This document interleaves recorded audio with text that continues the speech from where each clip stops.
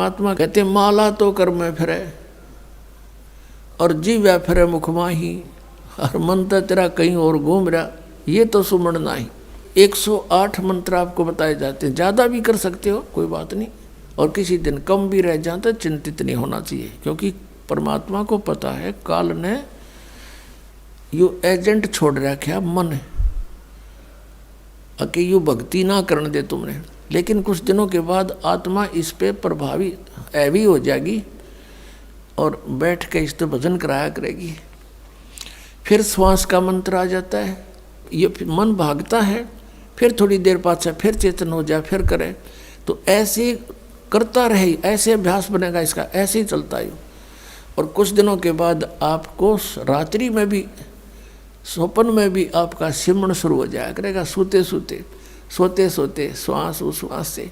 और एक श्वास उश्वास की इतनी कीमत है सतनाम की, 2 अक्षर की, और तीसरे का तो कहना है कि सार नाम तो वो तो एक का जपया हुआ घना काम करते हैं। तो इतने धनी बन जाओगे आप इस भक्ति से। ये भक्ति और फिर आशा, आशा यहाँ के नहीं रखे, जरा अंत में आपकी इच्छा, किसी बेटे या बेटी में, कार या कोठी में, पोते या पोती में, किसी प्रकार देवता या देवती में, किसी भी सतिथि में। मान लीजिए आप वृद्ध होगे और उधर से आपकी बेटी विधवा होगी, तो आपके साथ काल ने यूँ और एक जाल कर, बेटी वही विधवा होगी जो नाम तो दूर होगी। अगर बेटी भी नाम ले रही होगी तो नहीं हो सकती उकचुक, गारंटीड बात है। और ऐसा हो जाता है तो फिर आपके मन में काल पैदा करेगा प्रेरणा, बता के होगा बेटी का, क्या होगा बेटी का। वह बेटी महात्मा रह जाएगी, फिर वहीं की से पशु बनकर वहीं फिर हल खींच रहा होगा। एक किसान था, परमात्मा की आत्मा था, कहते हैं जो जन मेरी शरण है। पुणात्माओं आप समझोगे, क्योंकि बालक नहीं बुद्धिमान समाज है आज मानो।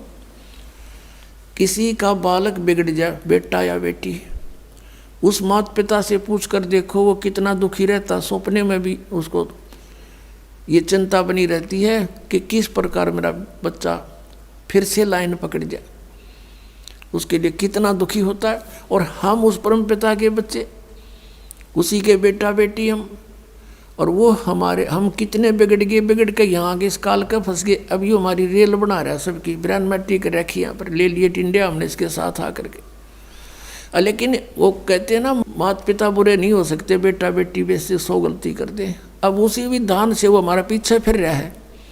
परमात्मा कहते हैं कि जो जन मेरी शरण है, एक बार भी किसी युग में ये भोली आत्मा मालिक से टच होगी, कभी उसके भेजे हुए दास से कभी उपदेश ले लिया, तो फिर वो रह भी गया यहाँ पर, फिर भी मालिक उसके पीछे पीछे फिरता, कभी इसने सद्बुद्धि आ जा, किसी प्रकार फिर से ये लाइन पकड़ दे। तो ऐसा ही एक किसान था। अब उसके पास परमात्मा गए और उसे राम रमी करी, क्योंकि पिछला संस्कार जो होता है उसमें गुण होते हैं। उस किसान ने कहा आओ महाराज, आओ बैठो, भोजन पाओ महाराज, दूध लाओ रे तेरे चाचा महाराज खातिर दूध लाओ। बहुत सेवा करी। अब परमात्मा ने कहा, भक्त कहा चौधरी साहब कुछ भक्ति भी कराया करो। बोला जी भक्ति करा हम खूब। क्या करते हो? शिव जी भगवान का जल चढ़ा जा और श्याम जी की पूजा करते हैं, 8 ने पूड़े तार लिया, 2 ने खीर बना ले, और कभी कभी गंगा स्नान भी करके आते हैं। परमात्मा लगे उन्हें समझान, काफ़ी देर तक सत्संग किया, समझाया। अब पुण्यात्मा थी, काफ़ी प्रेरित हुआ, अक महाराज बात तो सच्ची कहो तुम। कहा फिर उपदेश ले लो भाई। अकना अभी नहीं, अभी तो बालक छोटे छोटे हैं, इनको कुछ इनकी विवाह कर दूं और ये काम संभालने जोगे हो जाए महाराज जी, फिर पक्का नाम ले लूँगा। परमात्मा चले गए, साधु रूप में थे। बालक भी विवाह कर दिया बच्चों का, वो सारा कारोबार भी संभाल रहे हैं और पोता पोती भी हो रहे हैं। तब परमात्मा गए, अक भाई भगत अब तो आजा मेरी शरण में। न्यू बोला महाराज जी तू अच्छा पीछे पड़ा मेरे। छोटे छोटे पोता पोती हैं, बच्चे खेतों में काम करें, इन बालका ने कौन खिलावेगा। इब नहीं माड़े ये बालक ठीक हो जाने दे, पोते पोती माड़े बड़े हो जा थोड़े से, फिर आना। अब वो फिर गए परमात्मा 5-7 वर्ष के बाद, बूढ़े की टिकट कटी पाई, वो मर लिया। अब क्या देखा कि वही व्यक्ति अपने ही घर में बैल बनकर आ रहा है और पुत्र उसने हड़ में जोड़ रहे। वहां पहुंचे परमात्मा।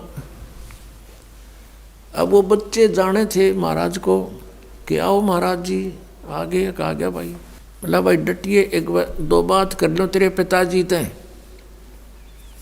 वो बच्चा बोला जी पिताजी की तो मृत्यु हो ली। बोला भाई वो परमात्मा बोले मुझे मालूम है। अब उस बैल के पास गया, कान में कुछ मंत्र से बोले। वो उसने तो मंत्र लागे थे, परमात्मा उसकी भाषा में बोल रहा था। तो बैल ने अंदर से बोल तो वो नहीं सके था, अंदर की भाषा भी जानते हैं मालिक। अब उसने कहा बाबा, परमात्मा ने कहा रहा ईब तो आ जा मेरी शरण में, तेरा यो शरीर छुटवा दूंगा यहीं पर और तुझे मनुष्य जन्म दिवा दूंगा। तो नो कह महाराज जी तू जा अपना काम करे। अब मेरी जगह पर कोई और बैल आ गया, काम ठीक ना करेगा तो मेरे बड़का का टोटा नहीं हो जाएगा। अब परमात्मा चले गए, भाई ठीक है। कुछ दिनों के बाद क्या हो गया कि वो बैल वाला शरीर भी छूटना ही था, कभी ना कभी मृत्यु होगी। फिर वो बन गया सर्प। अब सांप बन के इसको याद आती है कि कुछ पैसे जब दबा रखे हैं मैंने, धन पहले जमीन में छुपा दिया करते, चोरी के डरते हैं। चांदी के सिक्के, सोने के जेवरात, आभूषण जमीन में दाब दिया करते। बूढ़ा मर जा बतान पावे को नहीं, फिर वो सर्प बन के आया करे ना, रह गए उड़ा नो कहे हमारा सर्प आवे है। वो सर्प थारा है कि में लग गया होगा पिछला संस्कारी को, दाब रहा होगा 500-200 रुपये की तक कूण में, उन्हें ढूंढता फिर आई। अब वो सर्प बन के आ गया। वो जो ही सर्प बन के घर में घुसा, बच्चा ने पता लग गया, उसके मारे लठ वो डंडे डंडे मारने लगे, इतने मोरी में के निकल के और बाहर उसका जंगल सा था उसमें खिसक गया और वहाँ पड़ा पड़ा कर रहा है सांप। अच्छे डंडे लाग रहे, उसकी सांकड़ी गई टूट। तो परमात्मा आए और वहाँ बैठ के न बोले सुना भगती अब के सलाह तेरी। ने बोला जी ले लो शरण में। ने बोला भाई शरण मत आया पर सांकड़ी तोड़वा का आया तो। अब परमात्मा कहते हैं जहाँ आसाता बासा हुई और मन कर्म वचन